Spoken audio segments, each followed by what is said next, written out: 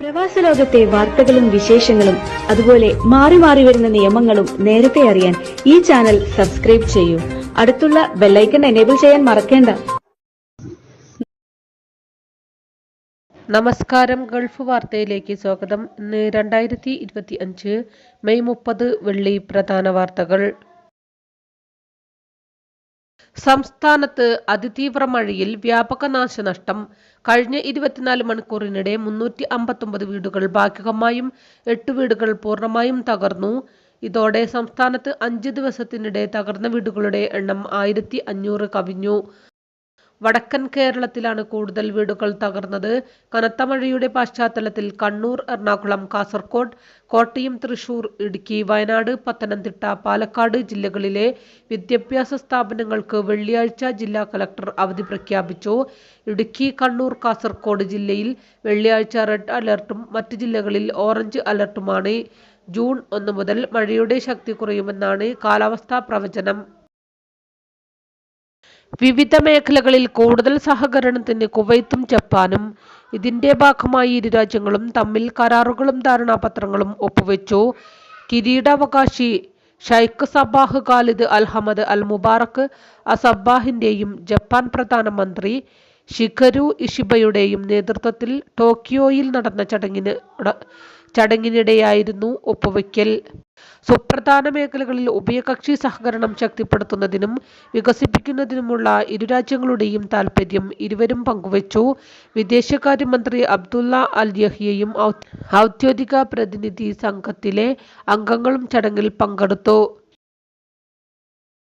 ഹജ്ജ് തീർത്ഥാടകർക്ക് കൂടുതൽ സൗകര്യങ്ങൾ ഒരുക്കുന്നതിന്റെ ഭാഗമായി പുണ്യസ്ഥലങ്ങളിലെ തറയും റോഡുകളും ചൂടേൽക്കാത്ത കൂളിംഗ് വസ്തു കൊണ്ട് ആവരണം ചെയ്തു.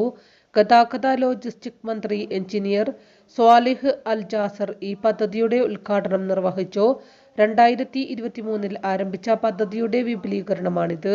റോഡുകളെ ഇങ്ങനെ തണുപ്പിക്കുന്ന വസ്തു കൊണ്ട് പൊതിയുന്ന റോഡ് കൂളിംഗ് പദ്ധതി ഈ വർഷം 82% വികസിപ്പിച്ചതായി റോഡ് അതോറിറ്റി അറിയിച്ചു. ഈ വസ്തു കൊണ്ട് അറഫ പ്രദേശത്ത് 84,000 ചതുരശ്ര മീറ്ററിലധികം റോഡുകൾ ടാർ ചെയ്തിട്ടുണ്ട്. സൂര്യപ്രകാശം നേരിട്ടടിക്കുമ്പോൾ ഉണ്ടാകുന്ന ചൂട് ആഗിരണം ചെയ്യുന്നത് കുറയ്ക്കുകയും ഉപരിതല ചൂട് ഏകദേശം 12 ഡിഗ്രി സെൽഷ്യസ് കുറയ്ക്കുകയും പ്രഭാത സമയത്ത് റേഡിയേഷൻ പ്രതിഫലനം 30 മുതൽ 40% വരെ വർദ്ധിക്കുകയും ചെയ്യുന്ന സവിശേഷതരം വസ്തു ഉപയോഗിച്ചാണ് റോഡുകളുടെ തറ പൊതിഞ്ഞ് കൂളിംഗ് ആക്കിയിരിക്കുന്നത്. തദ്ദേശീയമായി ഉൽപ്പാദിപ്പിച്ചതാണ് ഈ പദാർത്ഥം.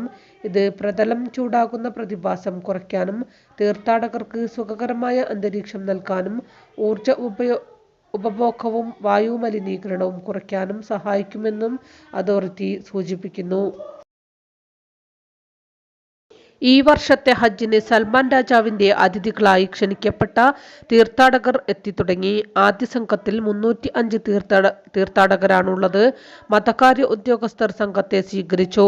ലോകത്തെമ്പാടും 100-ലധികം രാജ്യങ്ങളിൽ നിന്നുള്ള പുരുഷന്മാരും സ്ത്രീകളുമായ 2300 തീർത്ഥാടകർക്ക് ആതിഥേയത്വം നൽകാൻ സൽമാൻ രാജാവ് കഴിഞ്ഞ ദിവസമാണ് ഉത്തരവിട്ടത്. ഖാദിമുൽ ഹറം ഹജ്ജ് ഉംറ പ്രോഗ്രാം മതകാര്യ മന്ത്രാലയമാണ് നടപ്പാക്കുകയും മേൽനോട്ടം വഹിക്കുകയും ചെയ്യുന്നത്. ലോകമെമ്പാടുമുള്ള മുസ്ലിങ്ങളുടെ ആവശ്യങ്ങൾ നിറവേറ്റുന്ന ഈ സവിശേഷ പരിപാടിയിൽ ഹജ്ജ് നിർവഹിക്കാൻ പ്രാപ്തരാക്കിയതിന് സൽമാൻ രാജാവിനും കിരീടാവകാശി അമീർ മുഹമ്മദ് ബിൻ സൽമാനും തീർത്ഥാടകർ നന്ദി പറഞ്ഞു. മലപ്പുറം കൂരിയാട് ദേശീയപാത 66 നിർമ്മാണത്തിലും രൂപരേഖയിലും പാളിച്ചയുണ്ടായെന്ന് ദേശീയപാത അതോറിറ്റി പാർലമെന്റ് പബ്ലിക് അക്കൗണ്ട്സ് കമ്മിറ്റിക്ക് മുമ്പാകെ തുറന്നു സമ്മതിച്ചതിനു പിന്നാലെ കടുത്ത നടപടിയുമായി ഉപരിതല ഗതാഗത മന്ത്രാലയം. ദേശീയപാത അതോറിറ്റി പ്രോജക്ട് ഡയറക്ടറെ സസ്പെൻഡ് ചെയ്തു. സൈറ്റ് എഞ്ചിനീയറെ പിരിച്ചുവിട്ടു. കരാർ കമ്പനി സ്വന്തം ചെലവിൽ പ്രദേശത്ത് വയഡക്ട് നിർമ്മിക്കണമെന്നും നിർദ്ദേശിച്ചു. കേരളത്തിലെ ദേശീയപാത 66 നിർമ്മാണത്തിൽ മാർഗനിർദ്ദേശം പാലിച്ചിട്ടുണ്ടോ എന്ന് പരിശോധിക്കാൻ വിദഗ്ധ സമിതിയെ നിയോഗിച്ചു. ബാങ്ക് തട്ടിപ്പിൽ പങ്കുണ്ടെന്ന് സംശയിക്കുന്ന പ്രവാസി പൗരനെ സാമ്പത്തിക കുറ്റകൃത്യ വകുപ്പ് അറസ്റ്റ് ചെയ്തു. അന്വേഷണത്തിൽ പ്രതി നിരവധി പ്രവാസികളിൽ നിന്ന് ബാങ്ക് കാർഡുകളും സിം കാർഡുകളും വാങ്ങിയിരുന്നതായി കണ്ടെത്തി. അറസ്റ്റ് ചെയ്യുമ്പോൾ ഇയാളുടെ കൈവശം 8 ബാങ്ക് കാർഡുകളും 4 സിം കാർഡുകളും കണ്ടെത്തിയിരുന്നു. ചോദ്യം ചെയ്യലിൽ തന്റെ വീട്ടിൽ കൂടുതൽ ഉണ്ടെന്ന് അയാൾ സമ്മതിച്ചു.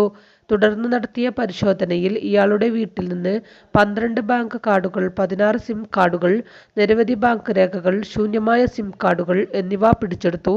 ഈ കാർഡുകളും സിമ്മുകളും മറ്റൊരാൾക്ക് എത്തിച്ചു കൊടുക്കുകയായിരുന്നു താനെന്ന് പ്രതി സമ്മതിച്ചു. ഇവ വിദേശത്ത് അയച്ച് വഞ്ചനാ പ്രവർത്തനങ്ങൾക്കും പണം തട്ടാനും ഉപയോഗിച്ചിരുന്നതായും പ്രതി സമ്മതിച്ചു.